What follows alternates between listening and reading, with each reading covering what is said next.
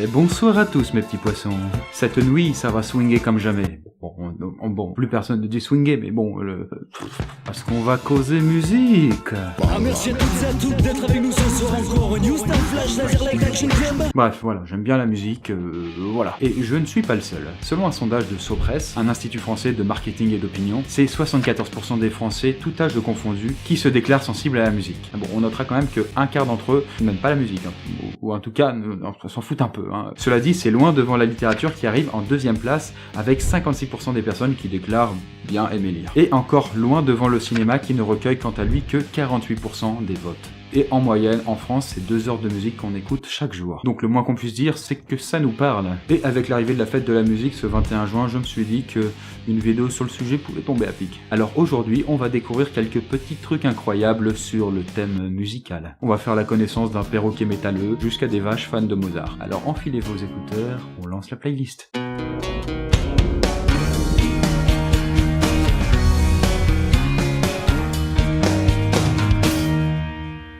Vous ne me connaissiez pas en tant que musicien? Attendez, regardez.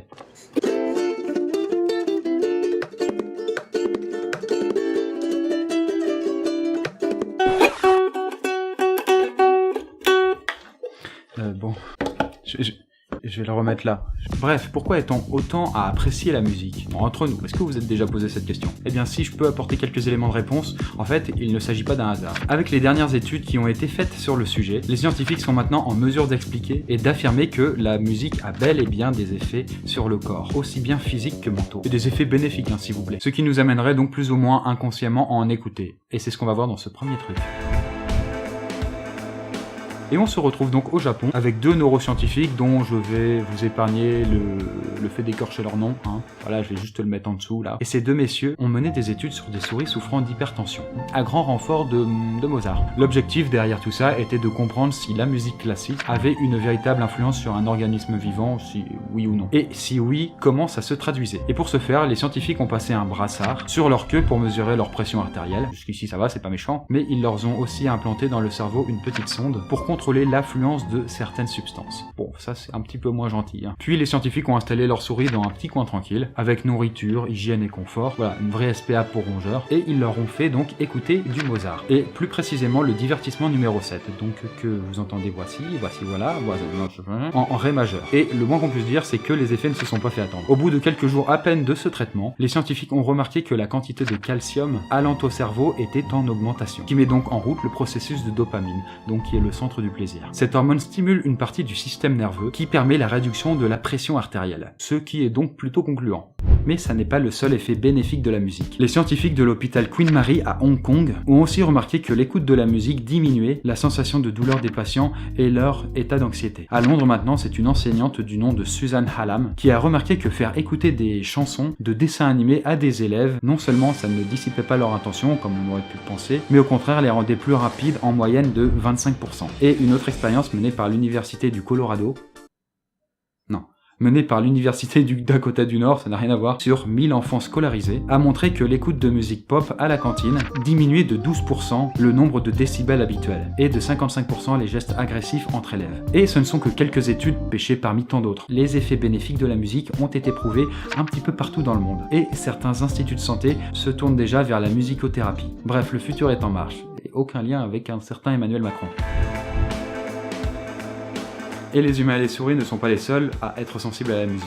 Parce que dans certains élevages bovins, les éleveurs font écouter de la musique classique à leurs animaux pour les détendre. Leur viande et leur lait seraient apparemment de meilleure qualité quand ils suivent ce traitement musical. Et c'est par exemple le cas pour le bœuf de Kobe, une race qui nous vient tout droit du Japon. Alors pour vous resituer, il s'agit d'une des viandes les plus prisées du marché, puisque quand même très raffinée. Vous compterez jusqu'à 75 € pour la pièce de faux filet, et attention, plus de 150 € pour l'entrecôte. Avec ça, j'ai envie de dire, vous devez bien sentir à chaque bouchée les sous qui passent. Mais cela dit, ces prix exorbitants ne sortent pas de nulle part, j'ai envie de dire, puisque les éleveurs se cassent vraiment le cul, cette fois-ci, pour entretenir leur bœuf de leur vivant. Alors oui, entre les petites séances régulières de massage, de la bière qu'on met dans leur eau, voilà, histoire de se mettre bien quoi, et surtout leur faire écouter de la musique classique. Certains éleveurs pensent que ces pratiques aident leurs animaux à mieux dormir, à mieux se détendre, etc.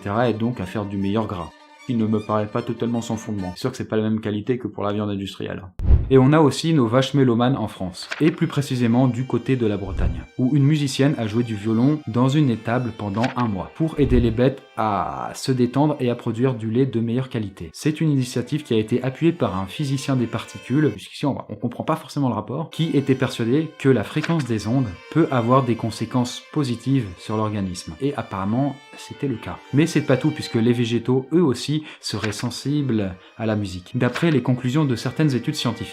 Des études réalisées par l'Université de Californie, à San Diego, ont révélé que les plantes seraient apparemment sensibles à la musique classique. Mais donc, par exemple, une écoute régulière de Mozart aiderait à la résonance du calcium, ce qui leur permettrait de mieux pousser, simplement en leur diffusant de la musique. Alors que bon, entre nous, les plantes n'ont pas d'oreilles, mais apparemment les ondes qu'elles produiraient pourraient avoir des effets eux de leur côté. Mais à contrario, autant du Mozart c'est cool, par contre quand on leur fait écouter du heavy metal, là on est un peu plus perplexe. Ça pourrait avoir des effets négatifs sur la croissance des plantes. Alors peut-être attention quand vous écoutez de la musique à côté de vos plantes. En même temps elles vont pas crier. Comme une petite musique, musicalement parlant, nous aimons les poissons, ainsi que les requins. Nous aimons les requins, ainsi que les dauphins, sans oublier les orques, les sirènes, ainsi que les tritons. Ces phrases n'ont pas vraiment de sens, apparemment pas du tout même, pas du tout, pas du tout.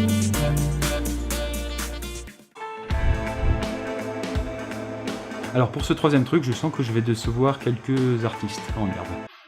Ou artistes tout court. Mais saviez-vous qu'un mathématicien a découvert en réalité que la musique n'est qu'un exercice caché d'arithmétique? Enfin, selon lui, bien sûr. Ce mathématicien, c'est Cédric Villani, et même s'il a l'air un petit peu fou vu comme ça, il a mené des études très poussées sur le sujet. Et il semblerait que la musique peut s'écrire en équations et en graphiques. Mais ces découvertes qui se concrétisent enfin ne datent pas de la dernière pluie non plus. Déjà à l'époque, au 6e siècle avant Jésus-Christ, Pythagore se penchait sur l'existence des fréquences. Et plus tard, c'est Bach qui s'inspire des maths pour créer ses morceaux. Puis ce sont les compositeurs du XXe siècle qui ont commencé à composer à partir du nombre d'or. C'est un nombre un petit peu spécial et magique qu'on retrouve à plein d'endroits dans la nature. Et donc pour déboucher sur le premier morceau de musique arithmétique qui est apparu il y a un siècle de ça. Alors écoutons ensemble Métastasis.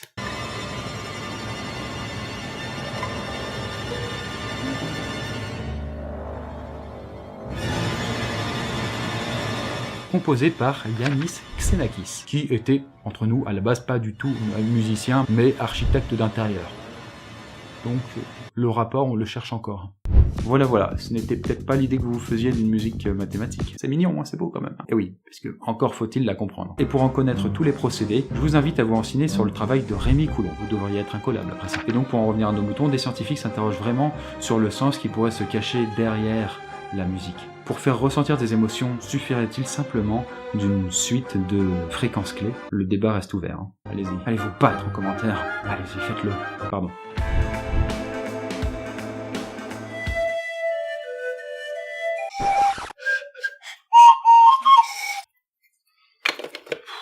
C'est pas évident, La musique est ouverte à tous et sans distinction. Les humains comme les robots. Je vous présente donc Stickboy, un batteur de profession, qui a déjà donné plusieurs concerts aux Pays-Bas et en Australie. Il est né en 2007, du fabricant Frank Barnes.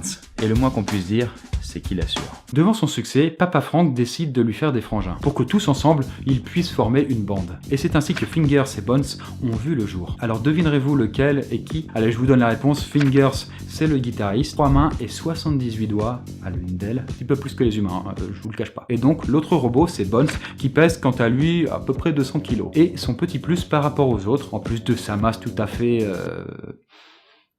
imposante, c'est son intelligence pour ainsi dire, puisque c'est lui qui choisit quel est le doigt qui est le plus apte à appuyer sur telle touche à un instant donné, d'après ce qu'il a appuyé juste avant, quoi. Et ce joyeux groupe forme le groupe de heavy metal Compressor Head. Si on le faisait écouter aux plantes, je sais pas si elles apprécieraient ces musiques de robots. Bon, en tout cas, ils ont même un Facebook, si vous voulez aller jeter un coup d'œil à leur fabrication ou à leur actualité. Et qui sait, peut-être qu'un jour, ils feront un concert en France. Je vous ai dit dans le truc juste précédent que la musique était destinée à tous. Oui, pour les humains, pour les robots, mais aussi pour les animaux. Et je vous présente le perroquet le plus famous du monde, Waldo, et accessoirement le chanteur du groupe de death metal, Hate Beak. Bon, évidemment, il y a aussi des humains dans le lot, 2 Américains de Baltimore, qui s'occupent de la partie musicale. Et leur objectif à ces musiciens est assez clair, c'est de remonter la barre de la musique extrême. Alors, est-ce extrême d'entendre piailler un perroquet? Bonne question, je vous laisse juge. Et désolé de vous décevoir, mais Hate Beak ne donne aucun concert à l'heure actuelle. Apparemment, c'est pas non plus prévu. Cela serait apparemment trop stressant pour leur chef. Oh, c'est une petite nature. Par contre, si ça vous intéresse, ils ont fait des featuring. Et notamment avec la bande Caninus. Caninus, canin, vous la sentez venir? Et oui, puisque les chanteurs de ce groupe sont bien 2 chiens, et plus précisément des American Pitbull Terriers. Voilà, des pitbulls quoi. Et c'est en 2005 qu'ils ont sorti leur duo, Birdseeds of Vengeance. Bel accent, hein. Bravo, merci. Donc n'hésitez pas à aller jeter un petit coup d'oreille, c'est du pur bonheur. Et donc pour ceux qui se demandent, non, pas de concert non plus pour les Caninus. Pour cause, c'est une raison en fait toute belle, c'est que les chanteurs sont morts il y a une dizaine d'années. Je tombe dans la boue.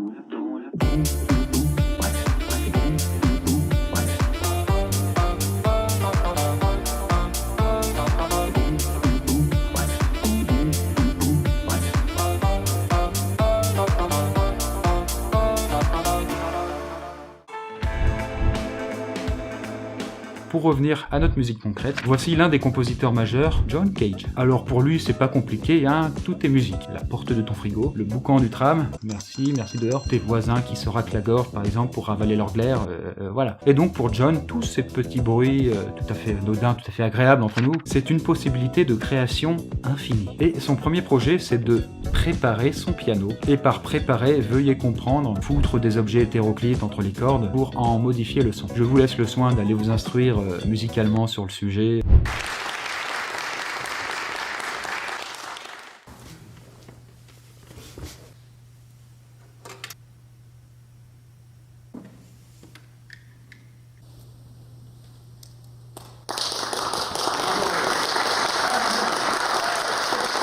Et donc ceci que vous venez d'entendre est parmi l'un de ses morceaux les plus connus, le 4-33. Du très lourd, hein. Alors, qu'est-ce que vous en pensez? Honnêtement, on touche à l'une des cordes de l'art, là. Et surtout, de la musique concrète. Mais alors pourquoi? Eh bien parce que le moindre bruit que fera l'auditeur, ou même John lui-même, participera directement à cette musique concrète. Donc vous l'aurez compris, cette pièce a la particularité de se renouveler, et chaque écoute sera un peu différente de la précédente. Voilà, et donc ça c'est l'expression la plus concrète de notre vie. Non, je suis pas perplexe, non, pas du tout. Et pour reprendre les mots de l'auteur Phoenix Hellcat, qui a écrit sur le sujet, quand notre monde, donc comprenez notre espèce, aura disparu, quand toute activité aura cessé, que restera-t-il? Eh bien, je vous le demande, probablement l'écho inaudible de 433. Alors la musique, au final, c'est quoi? Une suite de sons, de bruits, de grattements de cordes. Qu'est-ce qui fait qu'un morceau pourrait être considéré comme un chef-d'œuvre alors qu'un autre? Absolument pas. Alors en cette fête de la musique et de cette chaleur un petit peu torride, putain, je vous invite tous, chers Barracuda, à vous poser la question et à débattre en commentaire. Enfin bref, merci d'avoir vu cette vidéo et je vous présente la chaîne, que vous connaissez d'ailleurs peut-être sûrement déjà, de Khaled Freak, qu'on connaît notamment avec le remix La poudre de perlimpinpin. C'est de la poudre de perlimpinpin. Ouais, ça marche bien quoi, ça a son petit effet. Et donc je l'avais contacté pour qu'il me fasse quelques remixes et donc c'est ce que vous avez vu au travers de la vidéo. Il devrait y avoir une version plus complète en allemande sur sa chaîne d'ici peu de temps, donc si vous voulez aller voir, c'est juste en description. Et donc je remercie encore Khaled pour son remix vraiment stylé. Voilà, me mettre dans une posture un peu ridicule, rien de mieux quoi, voilà. Bref, un gros plus, allez y passer un petit coup si vous voulez. D'ici là, moi je vous souhaite une très belle journée, une très belle fête de la musique et à bientôt. On va partir d'un autre côté cette fois-ci, hein. Faut arrêter. Hein.